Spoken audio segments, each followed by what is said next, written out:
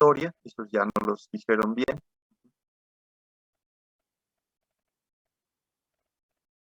Y los tenemos aquí mencionados en esta tabla. Uno de estos compuestos que no les mencioné, además del dinitrofenol, son los desacoplantes como el FCCP o el DCCD. Pero uno que quería mencionar es la valinomicina. La valinomicina, ojo, no es un acarreador de protones. De hecho, decimos que es un ionóforo. Transporta iones. Es más, específicamente transporta potasio. Y tiene el mismo efecto que un desacoplante. La pregunta es ¿por qué? Si no transporta protones, lo que transporta son iones potasio, ¿por qué tiene un efecto desacoplante? ¿Qué se les ocurre? Porque estimula la cadena, pero no la síntesis del ATP. Eso es cierto. Es más, inhibe la síntesis de ATP, estimula la cadena respiratoria. La pregunta sigue siendo ¿por qué? O sea, Carla ya nos resumió el efecto que tiene que tener en cadena respiratoria y en ATP sintasa. Pero ¿por qué estimula la cadena respiratoria? ¿Qué le hace al gradiente de protones que haga que la cadena respiratoria responda aumentando su actividad? ¿Lo consume? Igual lo va, ajá, es que al ser ionóforo va a transportar los iones de, bueno, dijo de potasio que son igual, bueno, son protones, son positivos, ¿no? No Entonces, son protones, pero sí tienen carga positiva, sí, en eso estoy de acuerdo. bueno, entonces tiene algo que ver, doctor, que la carga positiva como que igual se pase quizá a la parte negativa, donde están los electrones. Entonces, pues pareciese que, bueno, dando así o sea, pareciera que están ya cargados igual en ambos lados de la membrana, o sea, en el Ajá. citosol y en la otra. Ok, voy a decir lo mismo, solo que utilizando Bien explicado. otras palabras. Entonces, a ver, efectivamente transporta moléculas de carga positiva. Se van a mover efectivamente del lado positivo al negativo, es decir, del espacio intermembranal a la matriz mitocondrial. Y acuérdense que el gradiente de protones tiene dos componentes. Un componente químico, que es por la diferencia de pH, y un componente eléctrico, que es el potencial de membrana. Lo que disipa la valinomicina es el potencial de membrana. El hecho de estar llevando cargas entonces de donde hay más a donde hay menos hace que el potencial de membrana disminuya su valor. Y esto automáticamente hace que el gradiente electroquímico se consuma. Habíamos dicho, de hecho, que la parte que contribuía más a la energía del gradiente electroquímico era el potencial de membrana. 3/4 partes de la energía que se disipa es por el potencial de membrana. El delta pH solo contribuye con 1/4 parte. Y por eso entonces la valinomicina y cualquier ionóforo actúan como un desacoplante. Roberto, ¿qué más puedes decir? No, doctor, es que bueno, mi duda era de cómo inhibía la ATP sintasa, pero ya pude como que responderla. Ok. Bueno, a ver, dime por qué. Así es que al ya no haber el potencial de membrana, ya no están pasando los protones, y pues como la ATP sintasa necesita protones, ya no se lleva a cabo su actividad. Ujú. Entonces, el gradiente de protones pierde su energía, pierde la energía del potencial de membrana y automáticamente ya no tiene posibilidades entonces de dirigir la síntesis de ATP. Manuel, ¿querías decir algo más? ¿O se quedó la mano levantada? No, doctor, tengo una pregunta. Sí, ¿Se puede usar valinomicina en alguna enfermedad que no permita, o bueno, que no, eh, es que no sé, lo asocié, bueno, yo lo asocié mucho con la bomba de sodio-potasio. Entonces, si estas bombas no funcionan bien, ¿se podría usar la valimicina como un estimulador para que siga habiendo un transporte de potasio, aunque sea? para ese efecto que tú quieres, no, porque el problema es que va a igualar las concentraciones de potasio a ambos lados de la membrana.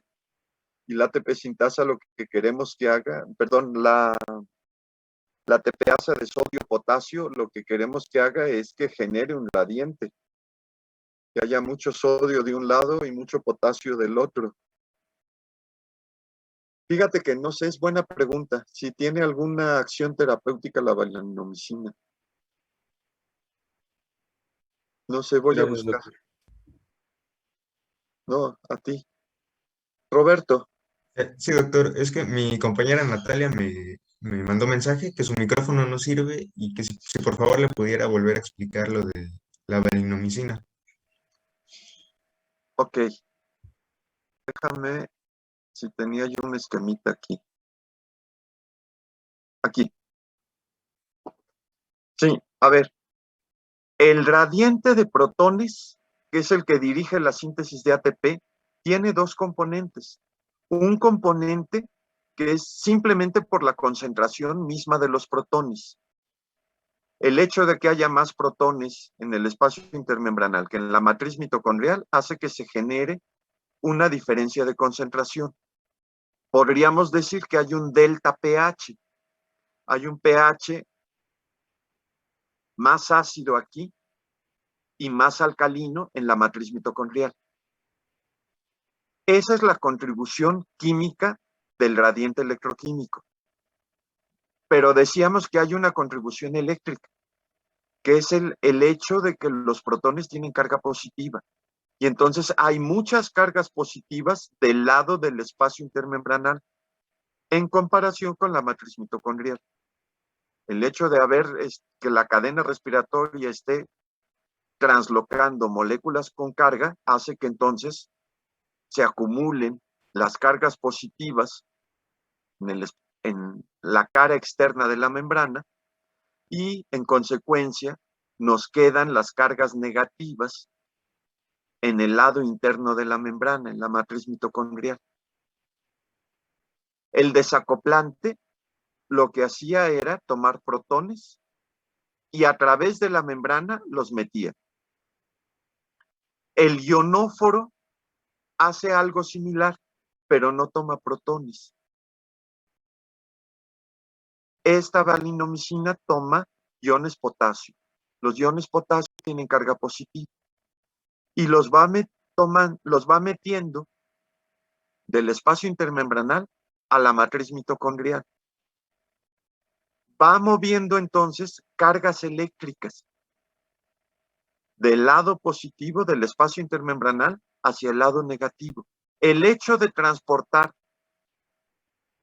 moléculas con carga hace que entonces las cargas positivas que estaban aquí concentradas pues, se vayan perdiendo y cuando se pierden, el potencial de membrana, la diferencia de cargas que había a través de esta membrana, se pierde. Y cuando se pierde, entonces decíamos, la energía que tenían que liberar los protones cuando pasaban por la ATP sintasa, pues ya no va a ser la misma, porque el potencial de membrana se reduce. Y cuando se reduce, pierden energía.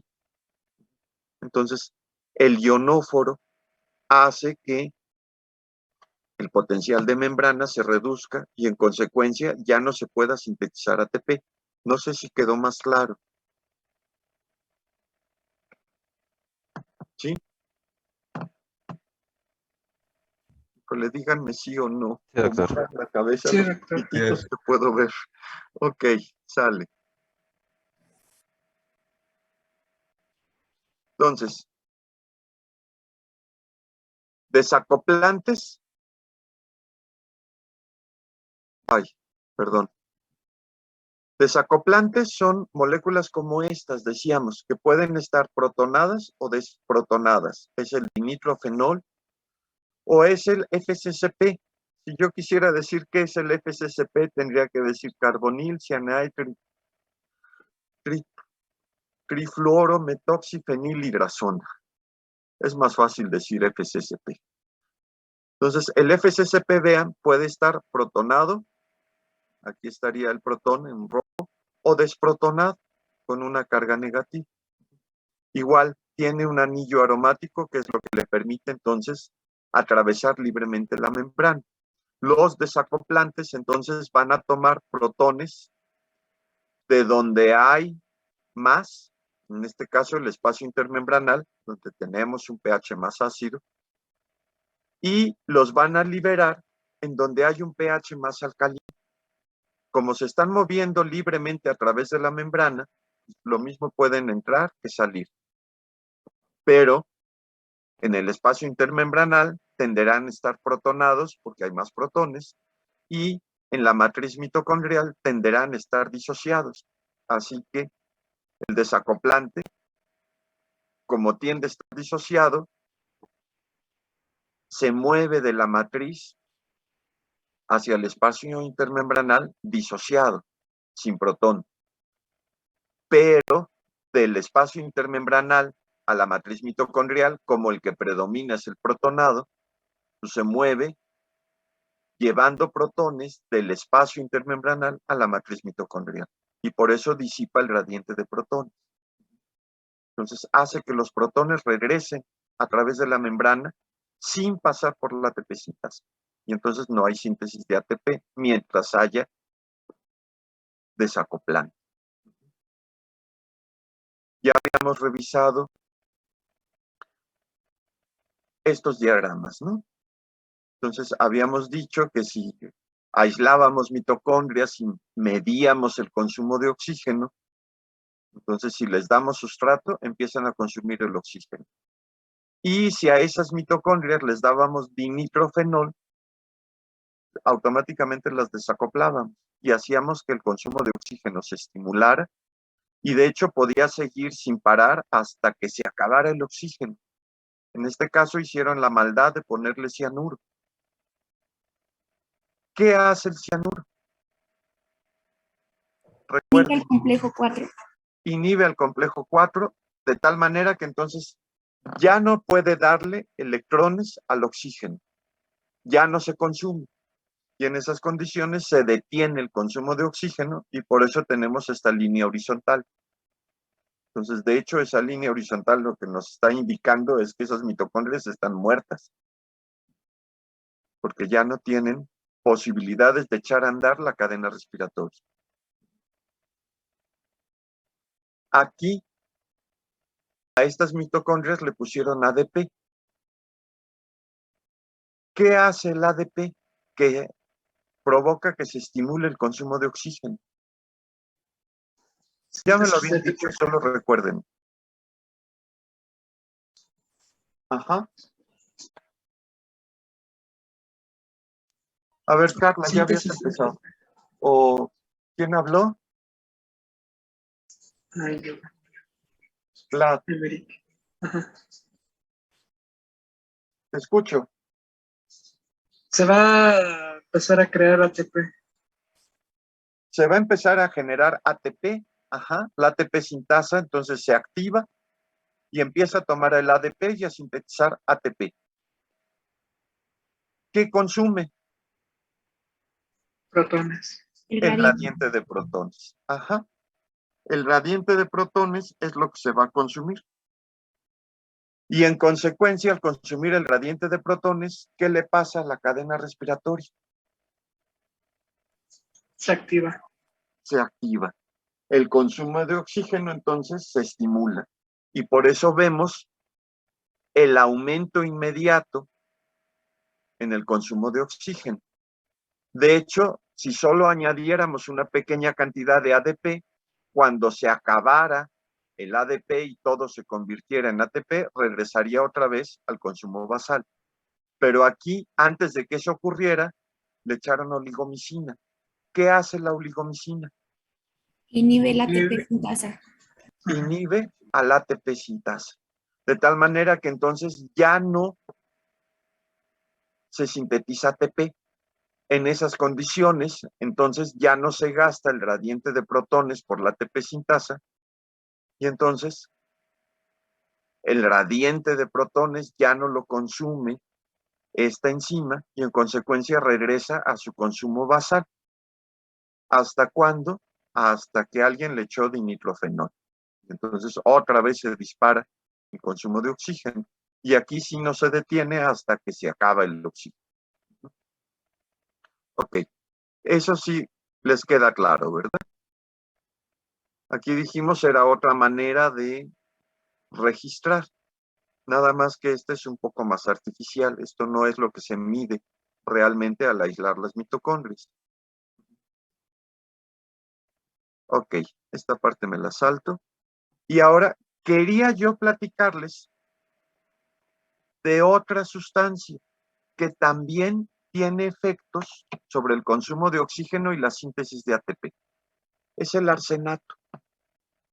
Es más, el arsenato sí lo tienen que estar presente, sí lo tienen que tener presente porque en sitios de nuestro país hay contaminación por arsenato. En Coahuila, por ejemplo, en la región de La Laguna, el suelo tiene arsénico. Y una de las sales de arsénico es el arsenato. El arsenato es esto que ven aquí. ¿A qué se parece el arsenato? A metano. A un grupo Hay alguien que se fosfo, ¿no? parece más. Un grupo fosfato. El Fosfato, fosfato. Ajá. Si se fijan, el grupo fosfato tiene un oxígeno en doble enlace y 3 oxígenos que pueden ser OHs o, como están ilustrados aquí, con carga negativa. El arsenato es igual.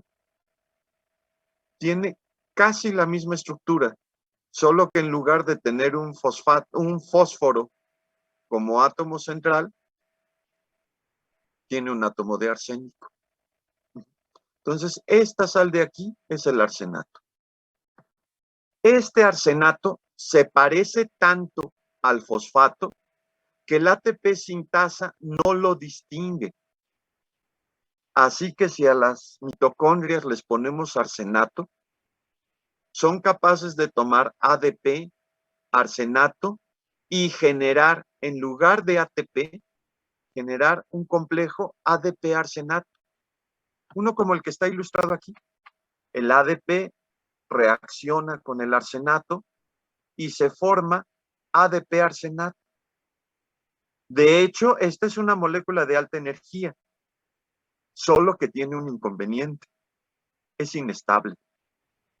Así que apenas se sintetiza, ya se está rompiendo. Y cuando se rompe, libera el ADP y el arsenato. Y entonces es como si la célula no hubiera hecho nada. Porque toma el ADP, toma el arsenato, genera el complejo y el complejo cuando sale de la enzima, del ATP sintasa, se rompe. Y vuelve a generar el ADP y vuelve a liberar el arsenato. Entonces la ATP sintasa se empieza a meter en una serie de reacciones inútiles porque no está generando ATP, está generando un complejo que se rompe y otra vez hace que el ATP sea tomado por la enzima y consume el gradiente de protones, pero no hay síntesis de ATP. Si consume el gradiente de protones, ¿qué va a pasar con la cadena respiratoria? La estimula. Se estimula. El consumo de oxígeno en presencia de arsenato se estimula. Es como si fuera un desacoplante, pero no es desacoplante, porque no está translocando protones ni iones a través de la membrana. Está haciendo que el ATP sintasa realice un trabajo inútil. Los protones sí pasan por la ATP sintasa. El problema es que la ATP sintasa está haciendo un trabajo que no sirve para nada. Rodrigo. Yo tenía una duda, profesor. Justamente como había dicho que íbamos a ver esto, estuve buscando y encontré que en los centros laborales se encuentra generalmente el arsénico como Ajá. trióxido de arsénico. Y tenía la duda de si justamente, porque había encontrado también que el del 60 al 90% se absorbe por inhalación. Entonces, ¿pudiera también el trióxido de arsénico como eh, separarse o disociarse para formar el arsenato y de esta manera crear este efecto? ¿O solamente tendría que ser como que hay otros tipos de moléculas que contienen arsenato o que tienen arsénico que pueden también generar esto? ¿O cuál es como la principal fuente No, como de riesgo? sí, a ver, no. De hecho, esa es una historia peor. El trióxido de arsénico es el arsenito. El arsenito no, solo tiene 3 oxígenos, entonces no engaña a la ATP sintasa, pero tiene un problema peor. Se une al ácido lipoico. Y entonces la piruvato deshidrogenasa, por ejemplo, se inhibe de manera irreversible en presencia de arsenito. Y entonces se detiene la actividad de la cadena de la piruvato deshidrogenasa, se detiene la actividad del alfa-cetoglutarato deshidrogenasa. Entonces, ciclo de Krebs deja de trabajar. Piruvato deshidrogenasa deja de trabajar. La célula se muere porque ya no puede sintetizar ATP en mitocondria. Entonces, no, el arsenito es todavía peor. Me parece muy bueno tu comentario. Gracias. Vale. Gracias, doctor. No, a ti. Sí, entonces, en ese caso la historia es peor, solo que es un mecanismo ahí completamente diferente. Vlad. Sí, ahorita que Rodrigo lo mencionó, entonces el arsenito estaría, o sea, no dejaría salir a los otros cofactores de la enzima, o sea, se quedarían pegados. Ajá, o sea, ya no permitiría que, acuérdense que el ácido lipoico era el que recibía los electrones de la piruvato deshidrogenasa. Entonces, ya no se podría reducir. De hecho, recibía temporalmente un grupo acetilo que tampoco lo podría recibir. Entonces, la actividad de la piruvato deshidrogenasa se detiene completamente porque se queda ahí en el ácido lipoico.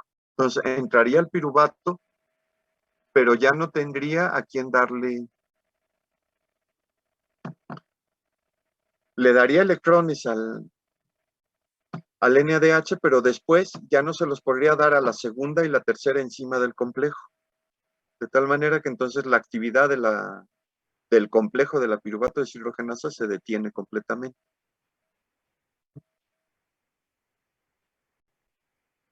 ¿Sí? Sí, gracias. Ok. Rodrigo, ¿querías decir algo más? ¿O se quedó la mano levantada? No, perdón. Se me quedó la mano levantada, ahorita perdón. Ok, sale.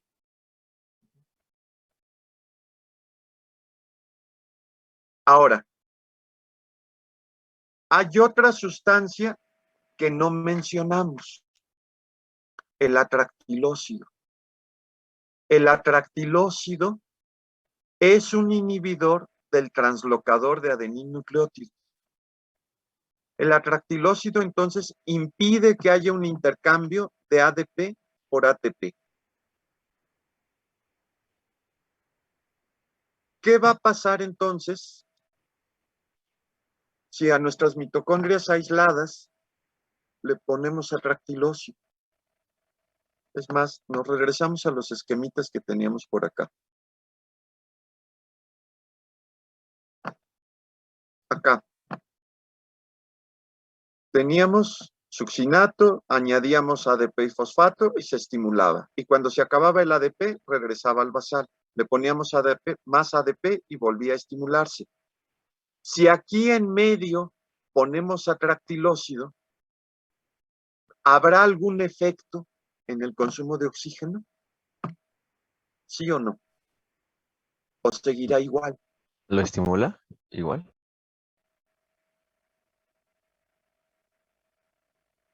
Vamos ubicando de nucleótidos. Eso quiere decir que el ADP ya no se puede intercambiar por ATP. En estas condiciones, ¿qué va a pasar con las concentraciones de ADP dentro de la mitocondria? Van a aumentar.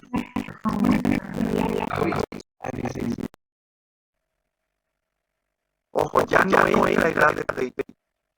Se estaría completamente, ¿no? Sí, la concentración de ADP bajaría, porque todo el ADP que estuviera dentro de la mitocondria se convertiría en ATP. Y lo permitiría que la mitocondria siguiera activa es que estaba intercambiando ese ATP por ATP. Y entonces volvía a entrar más ATP y volvía a generar más ATP. Mientras pudiera hacer ese intercambio, la mitocondria seguiría trabajando, sintetizando ATP. Pero si nosotros bloqueamos ese intercambio, entonces ya no va a haber nada que le diga a la ATP sintasa sigue trabajando, porque se va a quedar sin ATP. El ATP se va a acumular dentro de la mitocondria. Y entonces la ATP sintasa va a dejar de trabajar, porque lo que va a interpretar es que la célula ya está en reposo, no está gastando el ATP y no le manda ATP a la casilla, sintetizando nada más. Entonces, la ATP sintasa baja su actividad. Y si baja su actividad, ¿qué pasa con el consumo de oxígeno?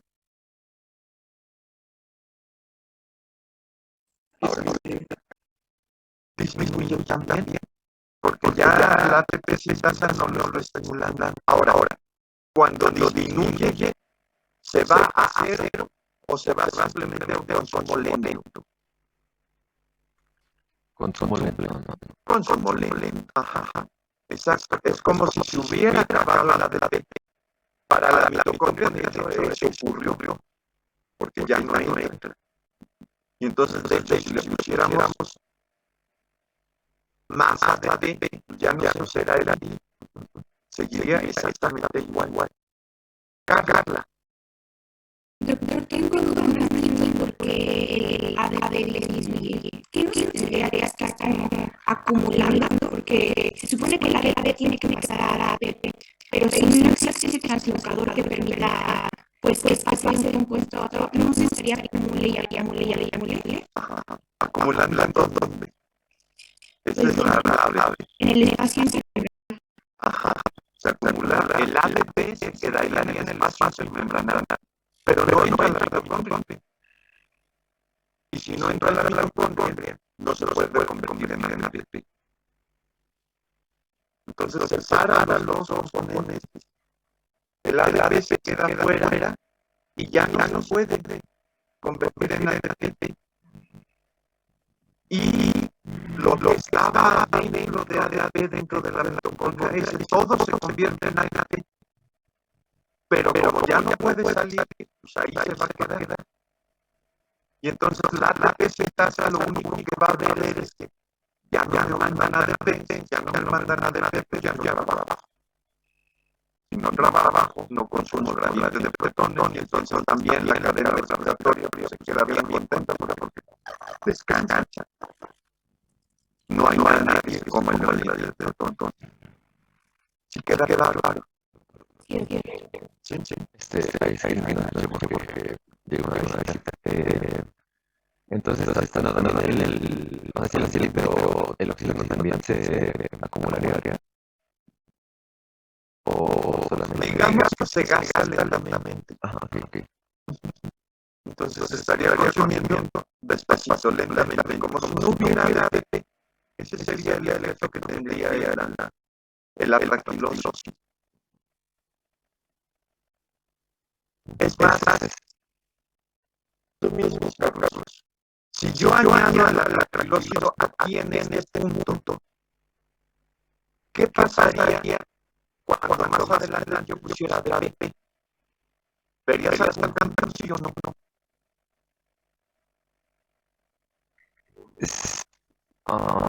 ¿me lo puedo repetir? Es que se trabó tantito. Así añadimos el triglicérido y después pues, le ponemos ATP, ¿verdad? Ajá. Mm,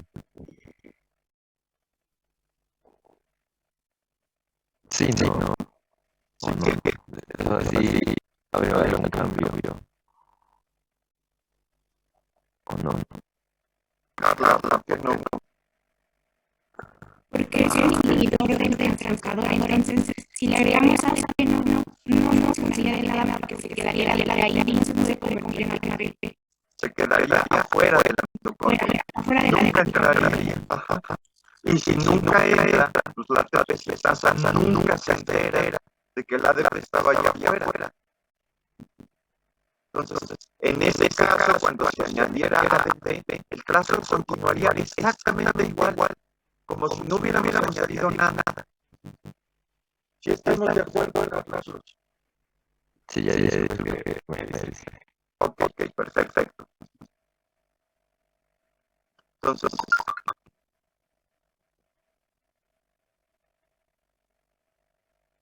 hasta aquí vamos bien, ¿no?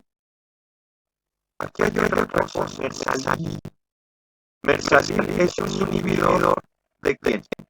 ¿Qué dice el eslogan? Del transportador de fosfato. Del transportador de fosfatos. En ese caso, entonces, el fosfato no puede entrar a la mitocondria. Y entonces, ¿el efecto del Mersalil se parecerá al del atractilócido o será diferente?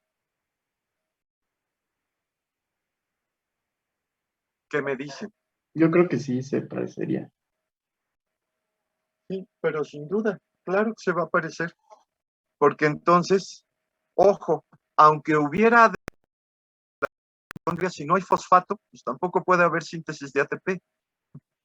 Entonces, para que pueda haber síntesis de ATP, tiene que entrar no solo el ADP, tiene que entrar el fosfato también. Entonces, es importante que entren los dos sustratos. Si solo entra uno, tampoco hay síntesis de ATP. Ok. Sale. Entonces, de hecho, ojo, no se les olvide, dentro de la mitocondria hay un montón de transportadores. Todo lo que necesita la mitocondria tiene que pasar a través de transportadores. El piruvato, el fosfato, el malato, etcétera, etcétera. Todo eso pasa por transportadores. De hecho, la lanzadera de aspartato malato puede ser más simple si intercambiamos malato por fosfato. Ok. Ahora, ¿cuántos ATPs se pueden sintetizar por cada par de electrones que da el NADH? Teóricamente podríamos decir, si aquí se translocan protones, estos protones podrían permitir la síntesis de un ATP. Si aquí en el complejo 3 se translocan protones, estos podrían permitir la síntesis de un ATP. Y si aquí también se translocan protones, podríamos teóricamente pensar que aquí también se podría sintetizar un ATP. De hecho, antiguamente se hacían las cuentas pensando que por cada NADH se podían sintetizar 3 ATPs. La realidad es que no. Porque acuérdense que el gradiente de protones, ojo, se utiliza también para el transporte de otros metabolitos. Se utiliza también en otras funciones. Así que la eficiencia de la síntesis de ATP no permite generar 3 ATPs, pero sí permite sintetizar casi los 3 ATPs. 2.5 en promedio, para ser exacto. El FADH que se genera a partir del succinato permite la síntesis de 1.5 ATPs por cada par de electrones. Es más, lo puse mal, debió de haber sido FADH2, perdón. Al rato le corrijo. ¿Por qué el FADH no permite la síntesis de casi 3 ATPs, de 2.5? ¿Por qué sintetiza menos? ¿Cuál es la diferencia? Porque al final vamos a tener 6 y cada hidrógeno, bueno, cada 4 hidrógenos nos van a generar un ATP. Y en el caso del FADH, ¿por qué son menos? Porque no pasa por, bueno, solamente pasa por el complejo 2 y me parece que por el 3. Entonces, pues ya solamente va a soldar 4 y 2. Solo pasan entonces del 2, van directo a la coenzima Q y solo se translocarían protones en el complejo 3 y en el complejo 4. De tal manera que perdemos el ATP que se pudo haber sintetizado aquí. Y entonces por eso decimos que se sintetiza 1.5 ATPs en promedio. Y es así entonces como tenemos que hacer las cuentas, pensando que por cada NADH la mitocondria puede sintetizar hasta 2.5 ATPs y por cada FADH hasta 1.5 ATPs. Entonces, cuando hagamos el balance energético de cuánto ATP se puede sintetizar por cada glucosa consumida, pues tenemos que considerar esto.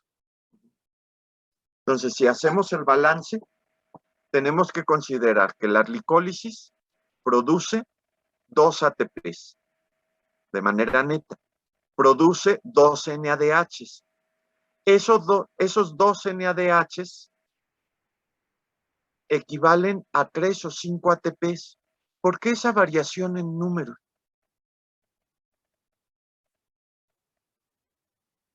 ¿Por qué no solo 3 o por qué no solo 5? ¿Qué tenía que ocurrir con el NADH de la glicólisis? Ya me lo dijeron. ¿Era el lanzadero del malato? Utilizar las lanzaderas, ya sea la de aspartato malato o la de glicerol fosfato, o la que teníamos con el citrato. El caso es que si utilizamos la lanzadera de aspartato malato, entonces cada NADH de citosol se convierte en un NADH de mitocondria, de matriz mitocondrial, y entonces permitiría la síntesis de 2.5 ATPs. Si son 2 NADHs, entonces sería la síntesis de 5 ATPs. Pero si utilizamos la lanzadera de glicerol fosfato, lo que se va a generar es FADH. Y un FADH, decíamos, permite la síntesis de 1.5 ATPs. Si son 2 NADHs de citosol y utilizamos la lanzadera de glicerol fosfato, pues serán 2 FADHs que permitirán la síntesis de 3 ATPs en total. Y entonces por eso tenemos esa variación de 3 o 5. El resto del NADH y FADH que se forme, pues ya va a ser dentro de la matriz mitocondrial. Y entonces ahora sí directamente van a alimentar a la cadena respiratoria. La piruvato deshidrogenasa genera un NADH por cada piruvato, pero como en la glicólisis se generaron 2 piruvatos, la piruvato deshidrogenasa genera entonces 2 NADH, que ya dijimos equivalen a 5 ATPs. Después, el ciclo de Krebs, ¿cuántos NADHs genera por cada acetilcoenzima A que entra? 2. No.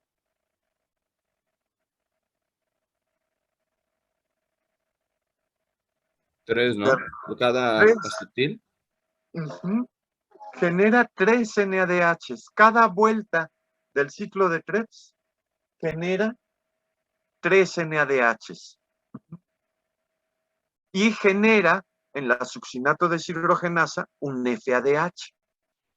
Como son 2 piruvatos, entonces serían 2 acetilcoenzima A, perdón, Entonces serían 6 NADHs en total. 6 por 2.5 nos va a dar 15 ATPs. 2 FADHs por 1.5 cada uno nos daría 3 ATPs. Y debemos de considerar que cada vuelta del ciclo de Krebs genera un GTP. Como son 2 vueltas del ciclo de Krebs, serían 2 GTPs, que ya dijimos que son equivalentes a 2 ATPs. Así que contribuyen con 2 ATPs para la suma final. Si hacemos esta suma, la producción total de ATP por cada glucosa pues oscila entre 30 y 32 ATP, que es muchísimo más que el ATP que genera solo la glicólisis. La glicólisis, decíamos, genera solo 2 ATPs, pero ya echando a andar ciclo de Krebs, cadena respiratoria y fosforilación oxidativa, pues la cantidad de ATP se incrementa entre 15 y 16 veces, y por eso sube hasta 30 o 32 ATPs. Sí, en algunas bibliografías aparecen que a veces se suele producir hasta 34 ATP, O también 30. Sí, ajá. Uh-huh. ¿Eso es debido a otras cadenas o cómo? No, Esto es, perdón, es lo que decía, ¿no? Que se consideraban que cada NADH producía 3 ATPs, ¿no? ajá, ¿Salen así las cuentas? sí. Si aquí hiciéramos las cuentas pensando que por cada NADH se generan 3 ATPs y por cada FADH se sintetizan 2 ATPs, entonces sí, las cuentas salen hasta 34 o 36 ATPs. Los libros viejitos, esa es la cuenta que hacían, pero es una cuenta muy optimista, muy alegre. La verdad es que la eficiencia de la cadena respiratoria no permite la síntesis de 3 ATPs por cada NADH. Decíamos que en promedio son 2.5 ATPs. Y la eficiencia del succinato o el FADH para sintetizar ATP no son de 2 ATP, sino solo de 1.5. Entonces, por eso la discrepancia, Vlad. ¿Sí estamos de acuerdo? Sí. Ok. Aquí tendríamos igual las cuentas, pero ahora sí ya desglosado reacción por reacción. En el ciclo de Krebs, decíamos, hay 3 sitios de generación de NADH. En la isocitrato deshidrogenasa se genera NADH, en la alfa-cetoglutarato deshidrogenasa se genera NADH y en la malato deshidrogenasa se genera NADH. Serían esos 3 sitios de generación de NADH. La succinato deshidrogenasa genera FADH. Manuel. Doctor, creo que puedo volver a explicar por qué se podían, o sea, por qué podía dar de 3 a 5 ATPs en la segunda reacción, tercera. En esta, Ujú. porque son los NADHs que vienen de la glicólisis. Y entonces tienen que pasar a través de las lanzaderas. Ujú. Si es la lanzadera de aspartato malato, esa sí te genera por cada NADH de citosol, un NADH en mitocondria. Y entonces sí, un NADH en mitocondria permitiría la síntesis de 2.5 ATPs. Ujú. Como son 2 NADHs de glicólisis, pues serían 5 ATPs en total. Pero ¿qué pasa si en lugar de utilizar la lanzadera de aspartato malato, utilizamos la lanzadera de glicerol fosfato?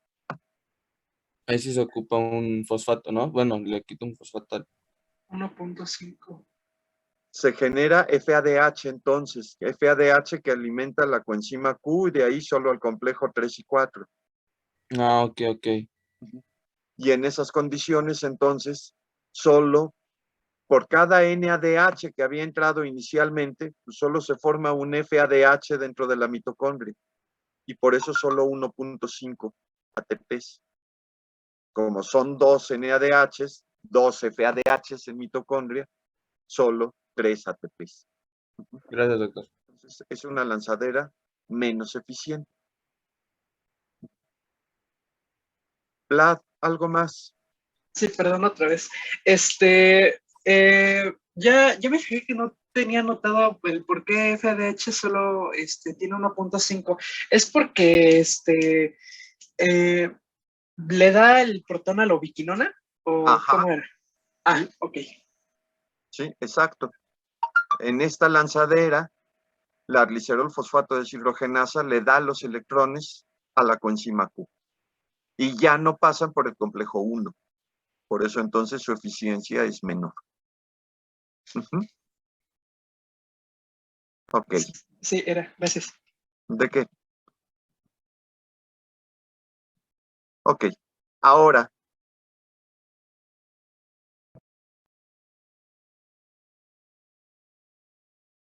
fíjense que la enzima ATP sintasa podría en un momento dado trabajar ya sea en la síntesis de ATP o trabajar en la hidrólisis del ATP. Acuérdense que las enzimas teóricamente trabajan en la dirección en la cual nosotros les estamos dando los sustratos.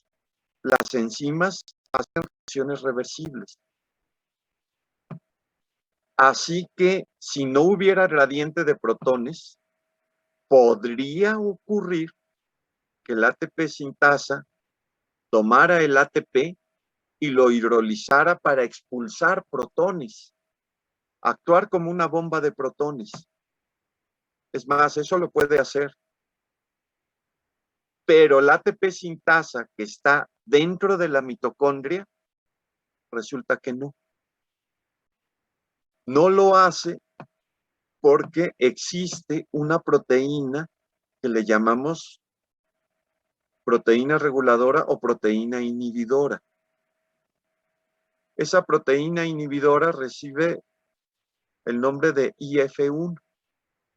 La proteína inhibidora es muy importante porque es la que impide que el ATP sintasa pueda trabajar en la dirección de hidrólisis. Entonces, de hecho, mientras hay gradiente de protones, esa proteína inhibidora no se le pega al ATP sintasa.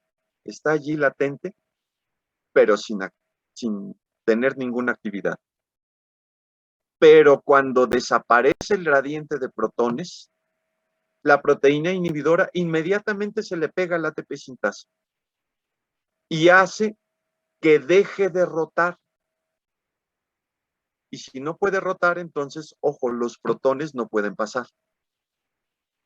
La proteína inhibidora es esencial, porque si no estuviera presente, tendríamos el riesgo de que si la mitocondria no genera el gradiente de protones a través de la cadena respiratoria, la ATP sintasa trate de generarlo y empiece a gastar ATP para expulsar protones.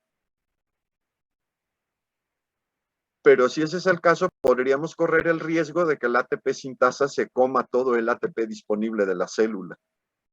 Y para que eso no ocurra, entonces tenemos la proteína inhibidora.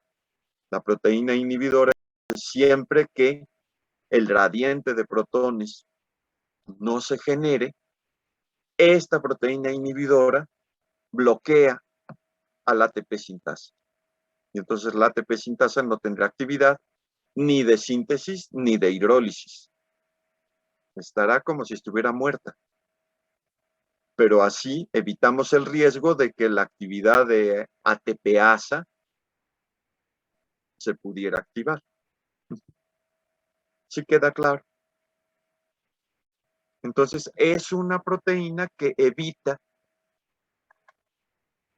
que el ATP sintasa pueda tener actividad de hidrólisis de ATP. Ok. Hasta aquí vamos bien, ¿no? Sí, doctor. Perfecto. Gracias. Sí, doctor. Entonces, ahora, ¿qué regula ahora sí todas las vías que hemos estado viendo, desde glicólisis hasta la ATP sintasa, pasando por el ciclo de Krebs, la cadena respiratoria, la fosforilación oxidativa. Entonces, ya habíamos dicho que las moléculas que juegan el papel central es el ADP. El ADP y el ATP. ADP como estimulante. ADP y AMP como estimulantes. ATP como inhibidor. Entonces, siempre que haya mucho ATP, glicólisis se detiene. Ya habíamos visto que el complejo de la piruvato deshidrogenasa en presencia de ATP se bloquea, se inhibe. ¿Para qué le echamos a andar si la célula ya tiene ATP? Y lo mismo pasa con la glicólisis. La fosfofructosinasa en presencia de ATP se bloquea. ¿Para qué gastamos glucosa si la célula ya tiene ATP? ¿Cuándo vamos a nosotros a estimular la glicólisis? Cuando desaparezca el ATP y en su lugar aparezca el ADP. Cuando aparece el ADP y peor aún el AMP, esa es la señal de que la célula necesita energía. Y es la señal de que hay que echar a andar glicólisis, porque la glicólisis es la que nos va a permitir generar ATP.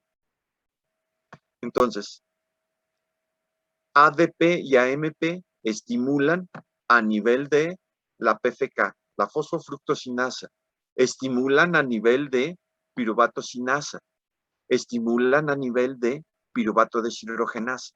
Y con eso aseguramos que toda la glicólisis completita, desde la primera reacción hasta la última, se estimule. Y se empiece a generar acetilcoenzima A. Si hubiera un sustrato oxidable alternativo a la glucosa que genere acetilcoenzima A, entonces la acumulación de acetilcoenzima A bloquea a la glicólisis. ¿Quiénes pueden generar esos intermediarios? Para fines prácticos o son o carbohidratos o grasas. Y si hay grasas y tenemos condiciones aerobias, entonces la célula le da prioridad a quemar grasas. Y entonces la formación de acetilcoenzima A inhibe a la glicólisis. Y entonces en esas condiciones el ciclo de Krebs se va a estimular y se va a alimentar a partir de la acetilcoenzima A que venga de las grasas. ¿Qué pasa con el ciclo del ácido cítrico? Es la misma historia. ¿Qué lo inhibe? El ATP. ¿En dónde? Pues en los sitios de regulación. En la citrato sintasa se inhibe cuando hay ATP. En la isocitrato deshidrogenasa se inhibe cuando hay ATP.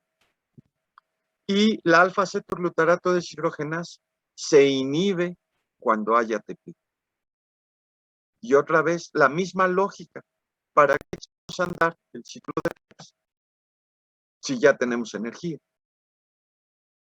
¿Quién lo va a estimular? El ADP.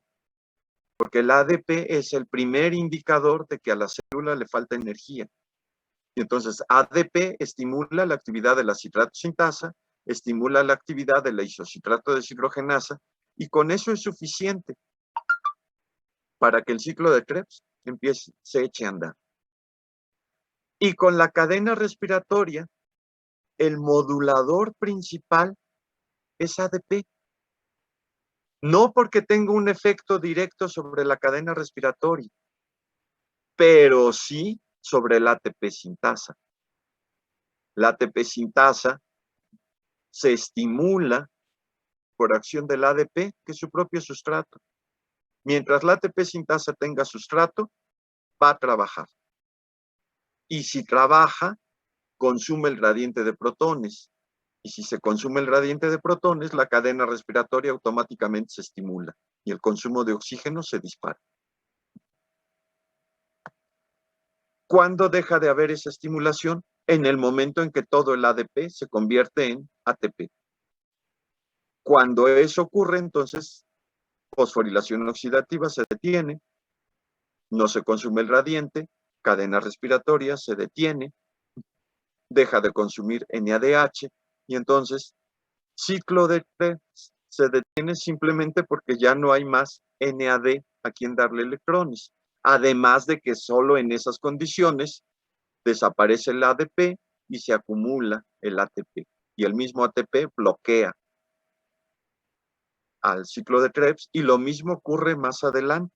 Entonces, si se fijan, en todo el caminito, ADP y ATP son los que juegan el papel central. La acumulación de ADP estimula todo el catabolismo, desde la glicólisis, el ciclo de Krebs, hasta la cadena respiratoria y la fosforilación oxidativa. Y el ATP, a su vez, inhibe.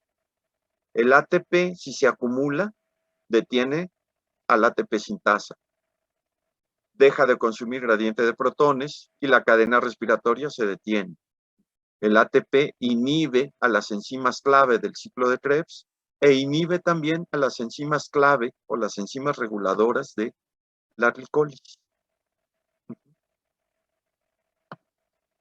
Si estamos de acuerdo, queda todo claro. Catherine. Doctor, es que yo había leído, bueno, había visto también en un video, cuando estaba estudiando esto de la glucólisis, que también había una regulación por producto. Por ejemplo, de que cuando hay menor glucosa y hay mayor nivel de fructosa 6-fosfato, se activaba la glucólisis. ¿Eso también no lo debemos de aprender o nada más con que se... No, sí, también es importante. Ah, ok. Pero, de hecho, lo tenemos indicado aquí. La glucosa 6-fosfato, por ejemplo, si se acumula, inhibe la exocinasa. El acetilcoenzima A, si se acumula, inhibe a la piruvato deshidrogenasa. Sí, sí, es importante también. Porque los intermediarios de la glicólisis los podemos canalizar hacia otros metabolitos también. Pero esas todavía no las vemos, las vamos a ver en las siguientes semanas.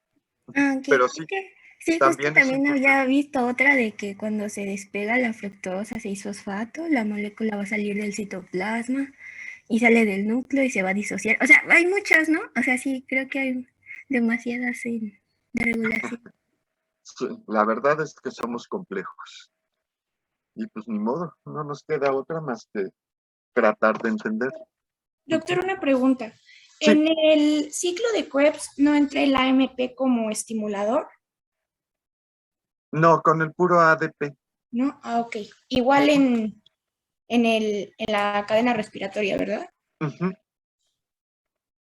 Sí. Sí, porque todo es vía la ATP sintasa. ¿Cuál era el inhibidor de la cadena respiratoria? El no consumir el gradiente de protones. Si no se consume el gradiente de protones, podríamos decir que es el ATP. Porque si se acumula el ATP, entonces la ATP sintasa deja de trabajar. Y eso automáticamente hace que el gradiente de protones no se consuma y la cadena respiratoria deje de trabajar. No está indicado aquí, pero el ATP tendría un efecto inhibitorio. O sea, no tiene sentido echar a andar cadenas respiratorias y ya tenemos ATP. Es más, no se gasta el gradiente de protones. Ok. Ahora, una proteína muy especial que tiene perdón, Roberto, habías levantado la mano. Sí, doctor. Bueno, una duda un poco como que aparte, ¿existe alguna, no sabes si existe alguna bacteria que, por ejemplo, pudiera como que tener alguna proteína que tuviera mucha afinidad por el ATP y entonces como que robara el ATP a la célula?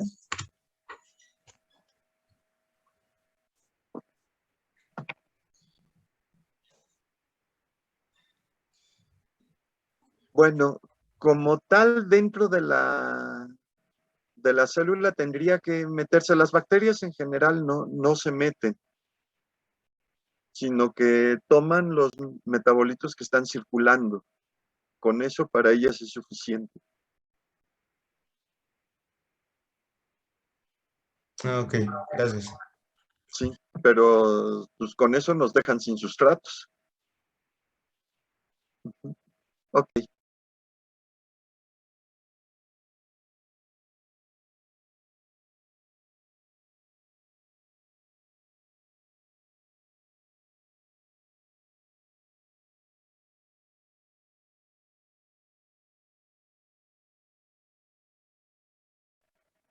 Esa proteína especial le llamamos termogénica.